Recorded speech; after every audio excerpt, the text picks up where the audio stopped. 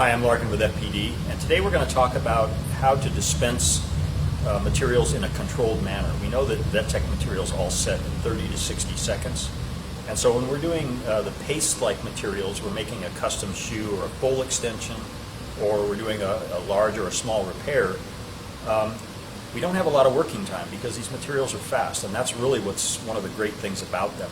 So I'm going to show you how to control the flow, how to dispense the right size bead that you want, and how to fill in any shapes on a vertical surface. So the first thing that we're going to talk about is how to control the size and the dimensions of the bead that you want to dispense. So there's a couple things to pay attention to, actually three things. So the first thing is we want to hold the mixing tip off of the surface about the distance that we want in thickness. So if we're making something like a custom shoe on the bottom of the foot, then we want to approximate the dimensions of, say, a horseshoe that would fit on that foot. So in that case, we want to hold it about 5/16 or 3/8 of an inch off of the surface that we're working on. The second thing that we have to think about is that we want to be perpendicular or 90 degrees from the surface that we're working on. And that gives us control over the dimension of the bead. As soon as we deviate from 90 degrees, then it starts pushing adhesive in directions that we don't want. So holding it off the surface, keeping it 90 degrees, and then the third thing is circular motions. So what it allows us to do is control the thickness and the dimension of the bead that we're trying to produce. So if we want a narrow bead, we move in small circles. If we want a large bead, bigger circles. But the circles are what help us control the width of the bead. So now we've got the thickness that we want because we've held it off that distance. We're holding it at 90 degrees, which gives us control over the flow, and then moving in circles dictates the width of the bead.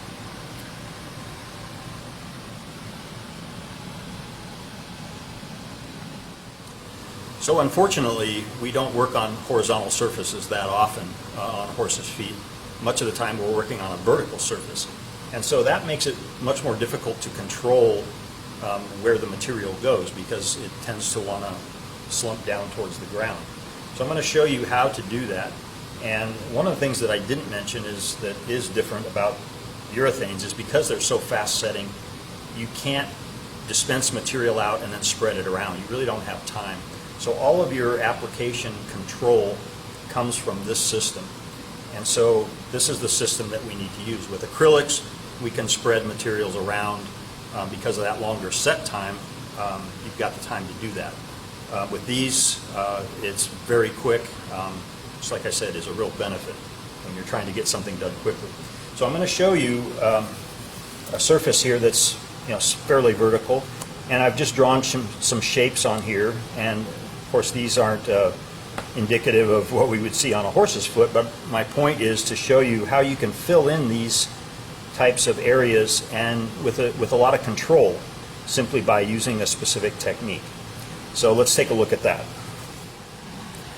All right. So when we're working on a fairly vertical surface, the importance of the three things that we talked about earlier still hold true. We want to hold it off the surface a little bit. We're going to be 90 degrees from that surface, and we're going to use a stirring motion. The difference here is when we're on a vertical surface, we want to move much more slowly.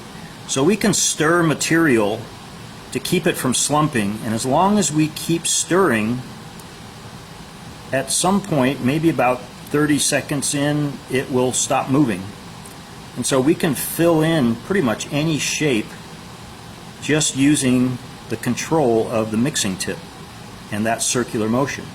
So if the material is fairly runny, it's very hot, you just stay in one place and you keep stirring until the material stops moving. And it doesn't really matter where you start, but as long as you keep that material connected to the flow, or I should say the mixing tip should always be connected.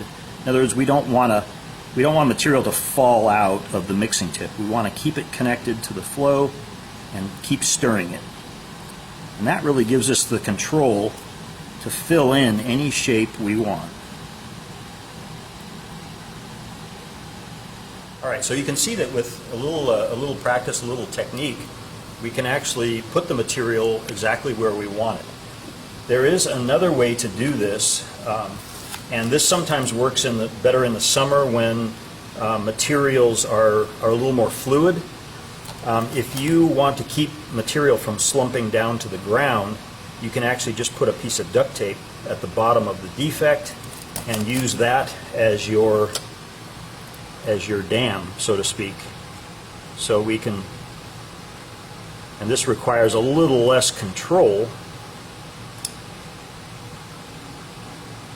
And once we've got that base bead set up, we can start building on top of it and go up without the material having to slump down. So that's an easy way to control flow and to fill a defect without wasting material and having it slump down to the ground and getting rasped off.